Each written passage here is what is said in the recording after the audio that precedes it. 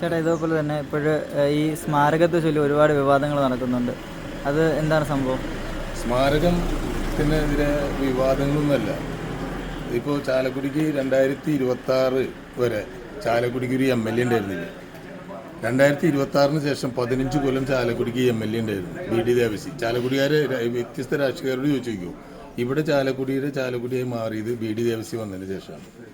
അദ്ദേഹം വന്നതിന് ശേഷമാണ് ഓരോ പരിപാടികളുണ്ടായിരുന്നത്. അദ്ദേഹത്തിൻ്റെ കാലഘട്ടത്തിലാണ് ഈ 3 കോടി രൂപയും മണിയുടെ സ്മാരകത്തിന് അനുവദിച്ചിട്ടുള്ളത്.